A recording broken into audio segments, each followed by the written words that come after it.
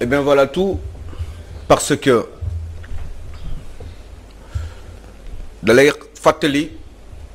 jaar-jaaru àdduna nga xool ko jaar-jaaram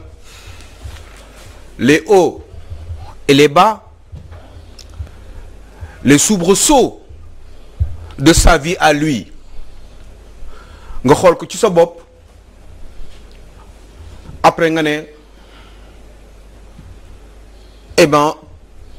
voilà tout terminé julli tubaab sama xel bi sori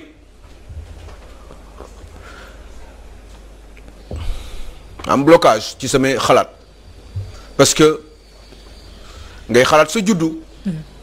xalaat say màgg xalaat say péripéties xalaat ni yow tamit ala kulli ali bis dina jot yow nga topp ci xanaa di ñaan yàlla dimbali ñu bis boobee mu fekk ñu ci lu baax Fatou. amiin moo jar a ñaan sax. ki nga xam ne moom moo doon wax ci Covid way ci yedde ci joxe ci xalaatam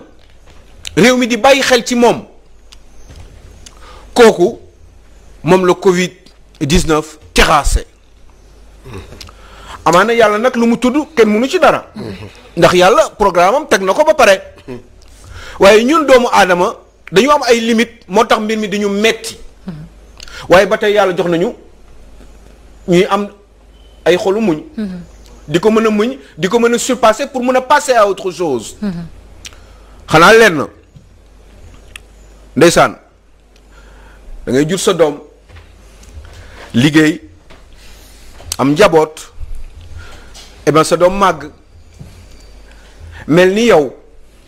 yenn saa yi mu sax dépassé la ci wàllum célébrité ci wàllum xëy na sax teraanga nga waroon ci xëy na xam nuñ ko doon nuñ koy waxee yaataa yumbe yaataa yumbe eh bien yàlla ne la déedéet yow fii laa lay yemale ndax wërsëg bi nekk ci sa doom amaana ñeneen ñoo ci yaataa yumbe yow mi ko jur man fii laa lay yemale yow moom def naa li may def ci moom fi mu neexee dëgg nga war di ci jouir eh ben fii laa lay arrêté man subhanahu wa taala parce que yow sa doom bi ñeneen ñoo war a profité ci moom ñeneen ñoo war a yaataa yumbe ci terangam waaw nga ne allahu akbar nga ne lii nag lii mooy programme dëgg boo xam ne kii nga xam ne moom da koy def kenn ala kulli yàlla mënu koo dindi ndax ni mu ko defee ak ni mu ko bëggee noonu mooy am. waaye am na loo xam ne suñu borom dindil na ko Aliou Sow laataa muy génn àdduna ndax Papa Thione dafa def parcours bu macha allah. ba benn tâche bu ndaw moo ci nekkoon muy problème bi nga xamante amoon na ko ak justice waaye bu ñu sukkandikoo ci son avocat maître Ousmane Seye. nee na vendredi bële passé la ko cour suprême blanchir totalement donc yóbbaalewul benn loo xamante soit àq la wala si ay accusations yoo xamante ni tegoon nañ ko ci ndoddu moom Thione Seck et loolu je pense que war nañ si informer askan bi ñu xam ne moom Thione Seck la ñu ko tegoon tuuma yëpp dañ ko dindi ba mu set. dindi nañ ko cour suprême. set na wecc. balaa moo dem àllaaxira. te am naa yaakaar ni la justice divine ça c'est une justice sur terre c'est la justice du périssable. mais justice divine am naa yaakaar ni. dem na dans un bon sens. ndax lu baax li ñuy wax ci moom boo gisee nit ñi nekkoon dem ci cimetière bi. ca loolu cimetière ba Yoff eh ben ngay xam ni ah man de am na lu ma déggoon góor gi wax ñeent fukki nit de fu ñu taxaw di ñaanal nit néew boobu mucc na man de li ma fa gis waxuma ñeent fukk waxuma ñeenti téeméer waxuma ñeenti junni ak a bari xel dal na yàlla fëgg bopp jabar ji amiin ba mu tane ci jàmm ak salaam mën a uuf njabootam ba pare am xolu muñ ndax c'est une dame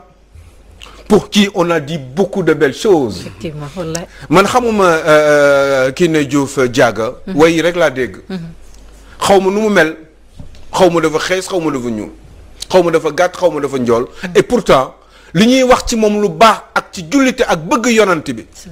toppatoo njabootam Thione Seck am beaucoup d'admiration et de respect pour elle donc soxna si yàlla nga tane ak jàmm ak salaam ñoom Wally Seck et les autres son grand frère qui est en Italie xaw ma nu mu tuddati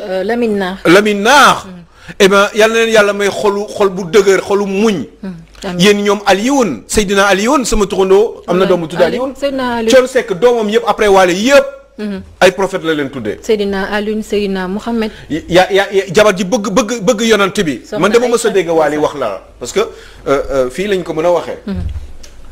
mu ne dafa jox yaay ji ñaar fukki billet ay billet parce que à chaque fois bu daan jox yaay ji billet màkk rek yaay ji may ko keneen moom Wally Seck mu dem ba sonn ci xam naa mu jël 20 billets d'avion mu jox ko léegi ne ko àndal ak ñoom nga dem moom Wally Seck dañu ne nag des fois dañu naan liggéeyu ndey añu doom mais am na yoo xam ne war nañ ci bàyyi xel ñun Sénégal parce que bii mooy liggéeyu ndey añu doom macha allah yal na la yàlla sàmm madame Diaga Diouf Seck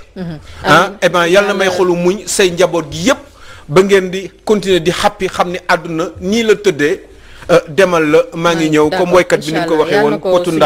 potu ndaal la ku naan donc jox sa morom naan jox sa morom naan te di ñaanal rek moom itam Wally Seck comme ni ko Sëñ Mountakha waxee woon murit yi rek moom itam flambeau bi bu mu laal suuf benn yoon li fi papam bàyyi te am nañ ci yaakaar bu baax a baax alors dañuy daw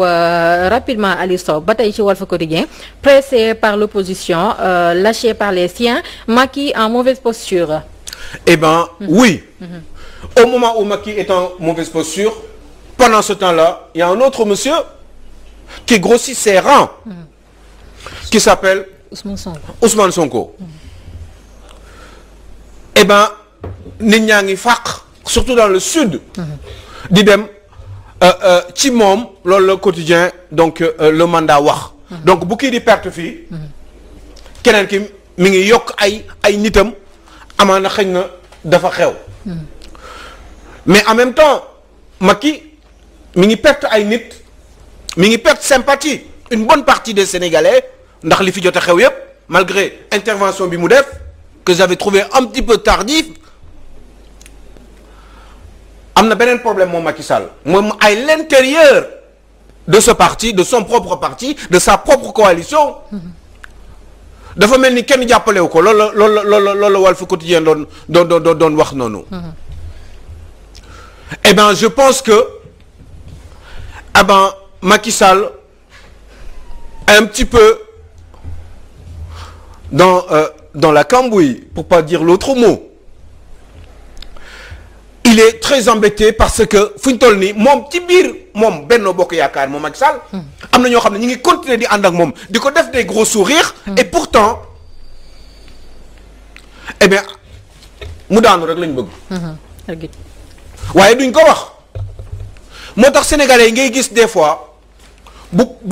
président nekkee ci nguur bu daanoo ñëpp gaaw a fàq dem ci parti bu bees bi ñu yaakaar ni ñooñu dañu trahir mais en réalité ñooñu seen xol génnoon na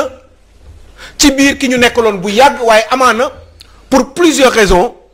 du ñu mën a génn ci biir parti boobu des fois mën a doon pour des raisons économiques parce que xaalis ak seen teraanga yi ñu yor ci biir ak président Macky Sall moom moo tax ci nguuram moom moo tax des fois du ñu bëgg réagir parce que dañu naan jaru ko di ngeen gis bu desee ay juróom-benni weer wala at ñi commencé di am fit di commencé di fàq parce que boobaa daf leen di wóor ni amatul risque pour ñu sanctionner leen wala ñu dàq leen wala ñu enlever seen i teraanga wala sax ñu toroxal leen yóbbu leen kaso. Donc ñu si bari ils ont tendance à se taire noppi jàpp seen ñàmbur bàyyi Macky Sall da ngay gis sax mais kan nga gis mu défendre Macky Sall léegi. ñoom ñëpp noppi. ana 30 yi ñu doon wax. quelques 4-5 personnes bu dul loolu ay ñoom yaa xam. ñooy défendre Macky Sall urbi orbi mais sinon gisoo kenn koo xam ne mi ngi défendre Macky Sall depuis bi événement bi amee. donc c'est pour ça que ñii di Balma ñii di fàkk di dem pourquoi le choix si Ousmane Sonko jóge APR daw dem si Ousmane Sonko parce que am na yeneen i parti wala yeneen i opposants yu fi nekk mais pourquoi le choix bi ngi def si Sonko. pourquoi choix yi gën a fës ci Sonko mais certainement am na ñoo xam ne. demuñu ci Ousmane Sonko. mais pourquoi choix yi gën a fës ci Ousmane Sonko sans doute parce que quand même il faut oser le dire. parce que dëgg rek la yàlla bëgg. Ousmane Sonko moo nekk ci benn position boo xam ne li muy wax moom la sénégalais yi mën a dégg Ousmane Sonko mooy duut baaraam fi nga xam ne foofu mooy metti Ousmane Sonko mooy wax ni système bi Sénégal gars il y a beaucoup de corruption. Ousmane Sonko mooy wax ni Sénégal il y a énormément d'absence de transparence dans le pays Ousmane Sonko moom mooy wax ni le train de vie de l'État dafa jéggi dayo. est-ce que dinaa la nga baalati ma dinaa la daggaat foofu. parce que yi ngay ñëw moo am solo ndax dafa mel ni da nga nekk ci sama xel mi.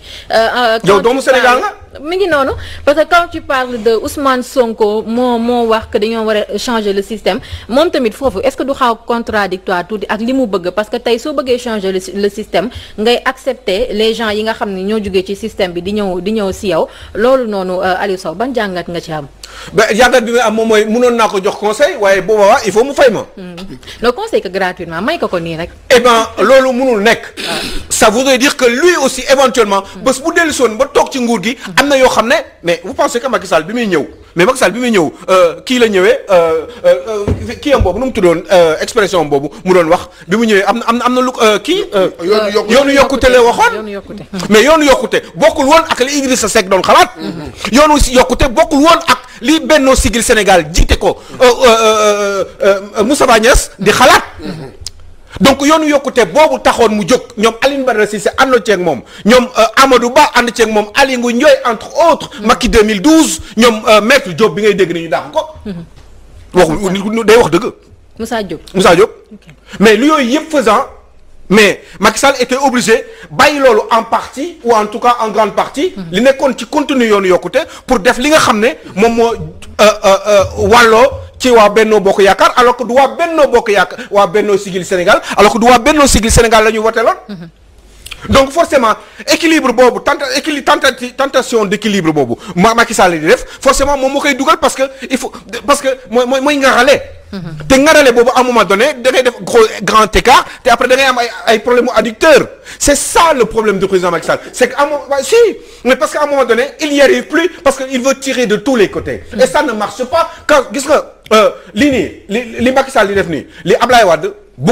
Moussa Niasse bëggoon na ko defloo en 2001 bi Ablaye Wade nekkee président de la République bi mu ko defee en 2000 bi mu ko defee premier ministre boo gisee Moussa Niasse pertoon Ablaye Wade dàqoon ko 1 an après c'est 11 mois après c'est parce que Moussa Niasse dafa bëggoon ñuy équilibrer di partager nguur gi. alors que Ablaye Wade amoon na benn vision boo xam ne moom moo ko indi woon pour mënoon ko def.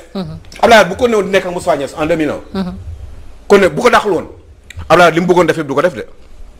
te nag ñëpp xam nañu Abdoulaye Wade liggéey na bari woon na ay bambulaak sàcc beek yu kenn xamul mais moom ci boppam moom vision bi mu amoon moo ci 12 ans yi li mu indi Sénégal ba fii loolu wax dëgg yàlla bu àndoon ak Moustapha Niasse du ko def. kon loolu noonu Abdoulaye Wade doon bañ loolu la Macky Sall nangu ak Moustapha Niasse mais Macky Sall au fur et à mesure du temps ñuy dem di dem mu rendre compte ni à un moment donné il faut que mu désorienté wu waat ñëwaat ci beneen cadre boo xam ne beneen canevas boo xam ne mooy li ko gënal moo tax mu indiwaat les libéraux. lu tax mu indi ay ñoom Oumar Sarr lu tax mu indi ay ñoom Idrissa Seck parce que dafa gis ni il faut que mu rééquilibrer les choses parce que li mu xalaatoon ca njëlbeen ak ñoom Benno Siggil Sénégal def ko Benno Bokk Yaakaar doxul finalement Moussa Niasse ban njëriñ la amal Macky Sall s'en est rendu compte après mais nit ñi dofuñu Macky Sall après dafa xam ni Moussa Niasse mënu ko amal mais il fallait que mu gérer ko gérer boobu nag moo sànq Sénégal à un moment donné il faut savoir assumer ses responsabilités jël ñi nga war a jël bedd ñi nga war a bedd teg Moussa Niasse warul woon nekk président assemblée nationale Moussa Niasse bu ko nekkee mooy assemblée nationale ba Macky Sall ngay jeexal sa nguur jusqu'en 2024 du mës a am ay réformes maanaam on aura toujours les mêmes types de députés. on aura toujours le même type de scrutin même façon yi ñuy voter loolu mënul am ak Moussa Niasse parce que mooy président bi amaana leen rek la mënoon yedd ay conseil te boobu bu nekkoon conseil toog jàpp ñaamur dina ko mën. Moussa Niasse warul woon nekk président assemblée nationale. man Alioune Sow dama koo naqarlu. d'accord yow te mun naa leen wax lan moo tax bu ñu amoon temps tey jii nii fii. boo seet mortal li nga xam ne ñu bari moo leen indi ci benn bokk yaakaar membre fondateur la. mi ngi wax dans le quotidien Le Mandat di expliquer allez le lire. mi ngi expliquer moom moo indi ay ñoom Latif Coulibaly. moom moo leen dugal benn bokk yaakaar. kii wax tey ji mandat loolu mi ngi ci biir le mandat. mi ngi expliquer lan moo tax il faut sauver le soldat Macky Sall. Aliou Sow nekkoon léegi nii muy ralliement en cascade yi moom doon expliquer nii donc dem leen ngeen xool ko bu